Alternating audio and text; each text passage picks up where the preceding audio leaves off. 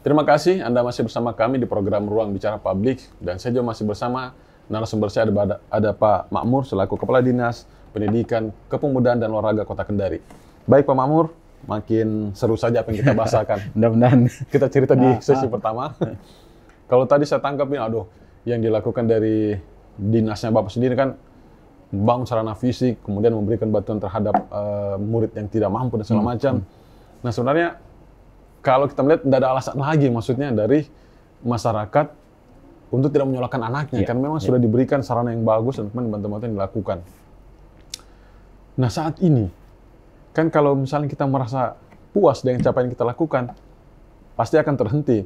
Nah, ada tidak maksudnya akan kita Dignas Kota Kendari mau lakukan ini lagi, kita tidak puas dengan capaian yang kita sudah bangun, misalnya sekolah kita rehab misalnya berjumlah misalnya 100 sekolah sudah kita rehab, bantuan siswa kita kasih misalnya sekian siswa. Apakah akan terhenti di sini nih Pak? Tidak. Kami tetap mengusulkan program-program ke depan ke pemerintah lah Pak Wali Kota, bagaimana kita mendekatkan layanan akses pendidikan ke masyarakat.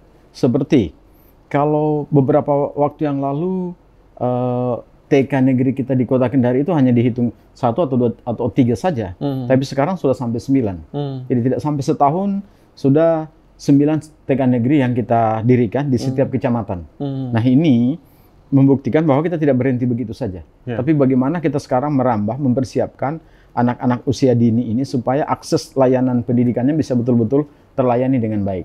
Karena anak usia dini ini yang 0 sampai 6 tahun itu kan butuh sekali sentuhan aspek pendidikan, baik rohaninya, jasmaninya, karena memang mereka adalah di usia tersebut disebut golden age. Makanya Pak Wali Kota itu sangat-sangat concern sekali bagaimana layanan pendidikan anak usia dini betul-betul bisa ada di setiap lingkungan masyarakat. Nah sekarang itu salah satunya tadi, bagaimana beberapa sekolah negeri kita negerikan, sekolah swasta kita negerikan, atau kita bangun sekolah baru untuk dinegerikan, dalam rangka bagaimana layanan pendidikan anak usia dini bisa ada pembinanya, sehingga nantinya menjadi mempengaruhi sekolah-sekolah yang lain dalam rangka bagaimana kita melayani pendidikan anak-anak usia dini. Jadi ada apa ya maksudnya yang telah dilakukan dari Dignas Kepemudaan Olahraga ini, sekolah swasta kemudian dijadikan negeri. Dan ini salah satu upaya juga agar masyarakat bisa lebih mudah untuk menyalurkan anak ke situ. Karena kita tahu sendiri kalau swasta kan ya bunyinya seperti apa proses yang ada di dalam. Baik Pak Makmur, ini kan kalau kita lihat kemarin kan ada tidak maksudnya inovasi pendidikan dilakukan dari Bapak sendiri, kemudian memang sudah ada kurikulum dibuat, tetapi memberikan satu inovasi pembelajaran agar peserta didik kita, khususnya misalnya usia dini atau misalnya di tingkatan SD ini makin bisa dibentuk misalnya. Ada tidak yang dilakukan dari pihaknya Bapak sendiri? Ya. Beberapa hal yang kita lakukan, utamanya di masa pandemi COVID-19 ini, itu ya sesuai dengan arahan kementerian, kita juga melakukan yang namanya daring, luring. Tapi kita di Kota Kendari, jika daring dengan luring ini tidak bisa terlaksana dengan baik pada saat masa pandemi COVID-19 ini, maka sesuai dengan diskusi kami dengan pemerhati pendidikan, dengan pelaku pendidikan, maka kita lakukan yang namanya guling. Guling ini guru keliling singkatannya. Oh, guru keliling. Guru keliling. Atau bahasa kerennya katanya ya home visit. Nah, jadi ini anak-anak yang tidak bisa daring disebabkan karena mungkin kendala teknis seperti jaringan ataupun mungkin pulsa data yang tidak cukup ataupun hal lain, maka luring juga tidak bisa. Maksud luring ini mengantar atau menyetor tugasnya di sekolah tidak bisa karena kendala ekonomi.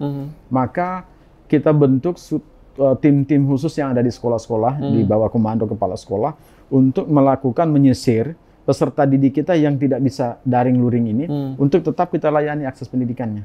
Mereka guru-guru ini dengan secara ikhlas sukarela mendata siswanya yang tidak bisa, jadi mereka ke rumahnya. Ini yang kami baru tahu juga Pak Karis. Maksudnya ternyata ada inovasi yang dilakukan teknik pembelajaran dari pihaknya Bapak sendiri, bahkan guru pun harus dengan sukarela turun ke rumah-rumah warga untuk memberikan pembelajaran bagi siswa kita.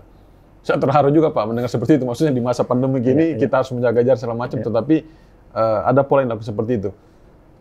Nah, kita tahu sendiri Pak, kalau tadi Bapak kan sempat menyinggung kita di masa pandemik. Masa pandemik ini kan kalau kita lihat sistem pola yang dilakukan ini bukan hanya terpengaruh, semua sektor terpengaruh. Semua terpengaruh. Ya. Di dunia pendidikan pun tadi Pak Sangat Kadis terpengaruh dunia pendidikan. Nah, ini kan salah satu yang menjadi tantangan besar juga Pak Kadis. Maksudnya di tengah pandemi, tapi dari Bapak sendiri pasti sudah berpikir jangan terpengaruh kualitas pendidikan kita menurun.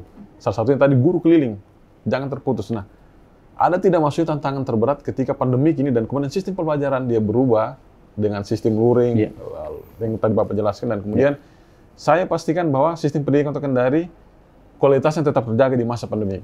Betul. Alhamdulillah saat ini kalau bicara kualitas pembelajaran yang dilakukan oleh teman-teman guru tetap terjaga, berjalan sesuai dengan skenario yang sudah kita susun dan sepakati bersama dengan kepala sekolah dan guru Kota Kendari. Tantangan terbesar yang memang kita hadapi adalah bagaimana kita merubah mindset teman-teman kita, teman-teman guru, merubah model pembelajaran abad 19 menjadi model pembelajaran abad 21. Ini yang jadi tantangan berat.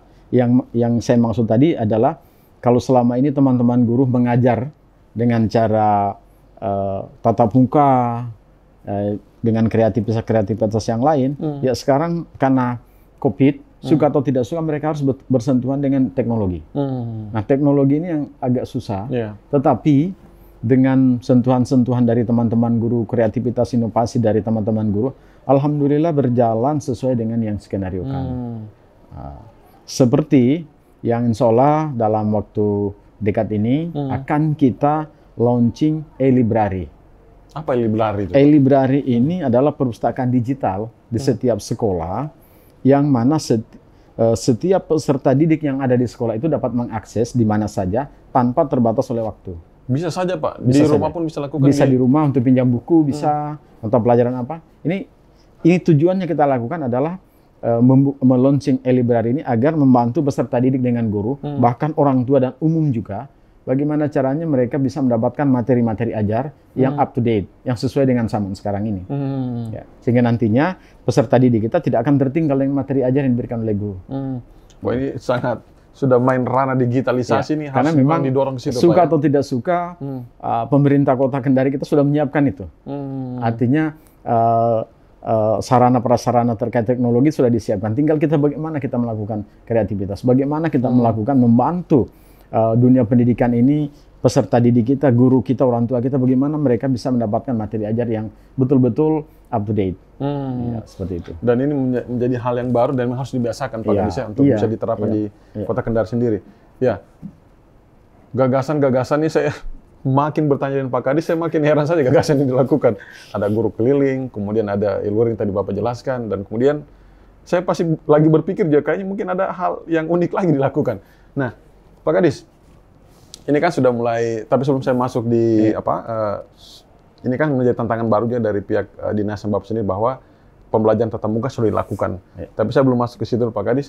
Nah, di masa pandemi ini dengan kondisi tadi Bapak, ternyata saya bisa juga melihat karena sudah ada juga penjelasan dari Pak Kadis bahwa kualitas pendidikan kita terjamin meskipun pandemi dengan sistem pembelajaran berbeda, tapi tetap kita jaga agar tetap berjalan seperti biasa. Ada tidak maksudnya Pak Kadis, ini kan sudah kita tahu sendiri bahwa Kota Kendari juga sudah mudah-mudahan kita berdoa agar ini kan sudah terbebas COVID-19, kita berdoa agar seterusnya ini tidak ada lagi. Nah, ada tidak selama pandemi ini kemudian begitu rumitnya dari Pak Kadis dan kemudian bisa keluar dari kerumitan sistem pembelajaran yang era-era digital, misalnya harus belajar dari rumah, kemudian guru menjelaskan ke sini, kan kita tahu sendiri awal-awal proses belajar dari rumah ini reaksi-reaksinya kan cukup besar Pak. Ada tantangan mungkin bisa diungkap juga agar kalau tantangannya itu kalau kita bertemu atau sekolah kita berada di blank spot, itu memang sulit itu. Tapi atas restu juga Pak Wali, jadi di awal Januari kemarin ada 3 sekolah kita yang berada di blank spot. Blank spot artinya secara daring tidak bisa, yang memungkinkan hanya harus luring, offline. Maka 3 sekolah ini kita undang, kita panggil untuk melakukan presentasi. Kenapa tidak bisa daring tadi? Setelah kita dengarkan presentasi dari mereka, ternyata memang karena di sana tidak ada jaringan internet atau jaringan yang bisa membantu mereka untuk melakukan pembelajaran secara daring tadi. Nah, maka karena 3 sekolah ini kita usulkan ke pemerintah untuk bisa membuka pembelajaran tatap muka. Alhamdulillah 3 sekolah ini berjalan dan sampai saat ini masih melaksanakan pembelajaran tatap muka secara penuh. Nah, setelah memenuhi kriteria dan syarat yang disiapkan atau yang kita tetapkan, alhamdulillah mereka jalan sampai saat ini. Itu yang sudah dilakukan juga Pak Kadis ya. Baik Pak Kadis, kita jeda dulu, tapi sebelum kita masuk ke ketiga, yang tadi saya tanyakan, ini kan sudah masuk di belajar tatap muka, tentunya reaksi-reaksi kan cukup besar, tapi sebelum Pak Kadis menjelaskan, kita jeda komersial berikut ini.